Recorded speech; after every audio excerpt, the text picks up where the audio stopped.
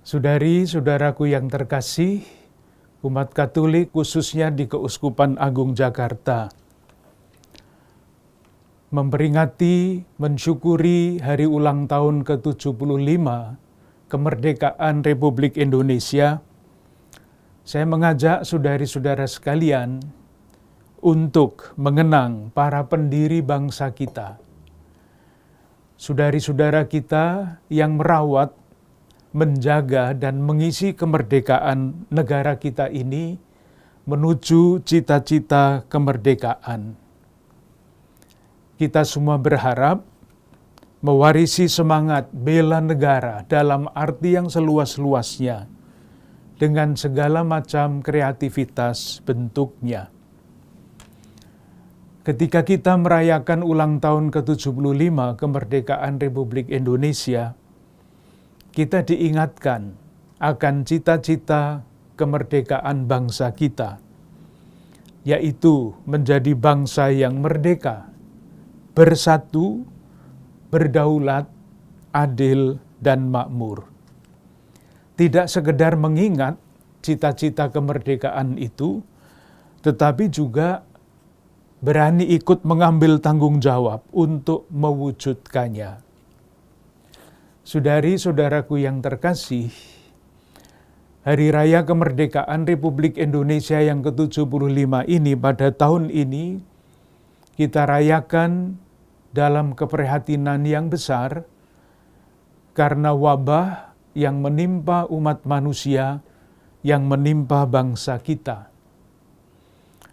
Meskipun demikian, dalam keadaan seperti itu, semoga keprihatinan dan wabah yang melanda seluruh umat manusia ini tidak melunturkan cita-cita luhur kita menuju Indonesia emas ketika kita merayakan ulang tahun yang ke-100 kemerdekaan Republik Indonesia.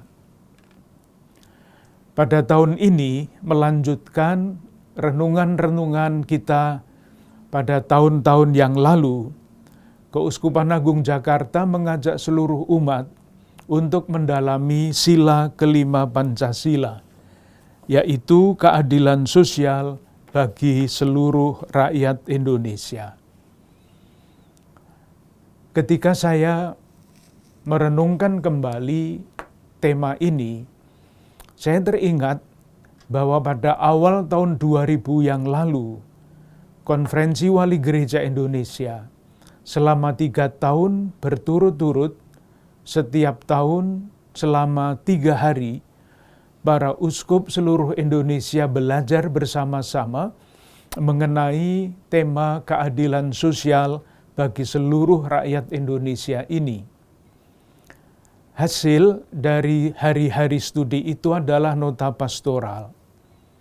Yang pertama, keadilan sosial ditinjau dari segi politik. Tahun berikutnya, keadilan sosial ditinjau dari segi ekonomi. Dan pada tahun yang terakhir, dan hasilnya dicetak, dipublikasikan pada tahun 2004, temanya adalah keadilan sosial dari segi atau dari pendekatan sosio-budaya. Sementara tema yang diambil adalah keadaban publik menuju habitus baru bangsa. Seperti biasanya, di dalam setiap nota pastoral, perenungan dimulai dengan membuat analisa sosial yang sederhana. Rumusannya sederhana, tetapi rumusan sederhana ini adalah hasil studi yang dibawakan oleh para ahli dalam bidang masing-masing. Pada waktu itu, dan rasa-rasanya masih berlaku sekarang, ada diangkat 3 masalah pokok. Yang pertama adalah korupsi, yang kedua adalah kekerasan, yang ketiga adalah kehancuran lingkungan. Kita semua langsung merasa bahwa ketiga bidang analisa sosial ini masih berlaku sekarang. Kabar tentang korupsi setiap hari kita baca di koran, kita dengarkan laporannya di televisi atau radio, bahkan semakin berkembang dan semakin canggih. Kekerasan tidak juga dapat diatasi. Mengapa muncul kekerasan? Menurut para ahli, alasannya adalah masyarakat kita sedang menderita yang disebut penyakit komunalisme. Bagian masyarakat yang menyandang penyakit itu berpikirnya aneh, namanya sakit. Berpikirnya begini, yang tidak termasuk kelompok saya adalah musuh saya. Itu cara berpikirnya. Dan karena dianggap musuh, maka harus dikalahkan. Mereka tidak berpikir lagi mengenai baik dan buruk, mengenai benar dan salah, tetapi mereka berpikir dalam kerangka menang atau kalah.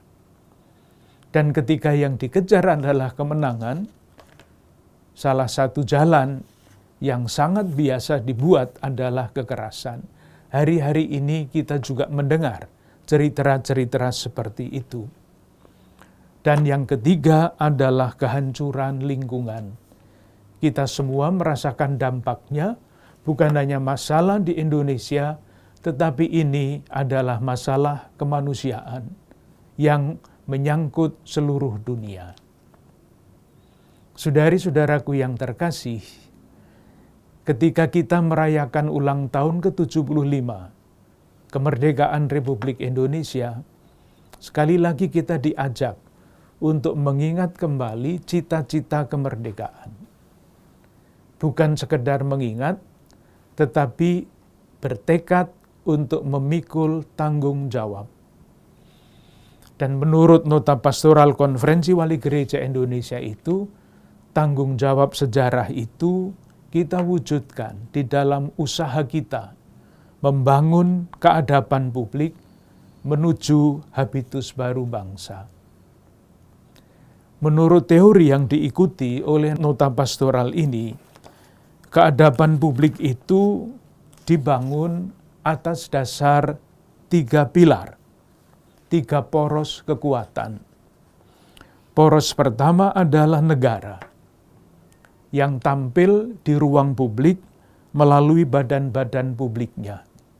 Lalu dikatakan begini, saya kutip, melalui badan-badan publiknya, negara bergerak di ruang publik dengan menyelenggarakan kesejahteraan umum.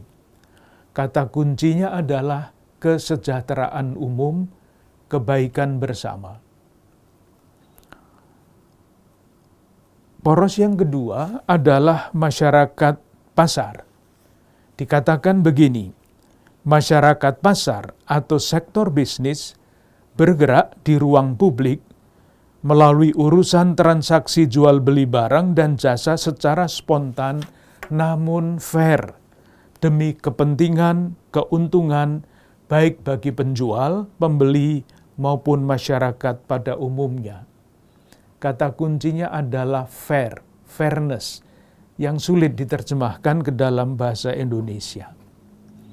Sementara poros yang ketiga, masyarakat warga, saya kutip, sedangkan masyarakat warga berinteraksi di ruang publik atas dasar saling percaya dan tata perilaku sosial yang diandaikan diterima dan dihormati oleh semua pihak.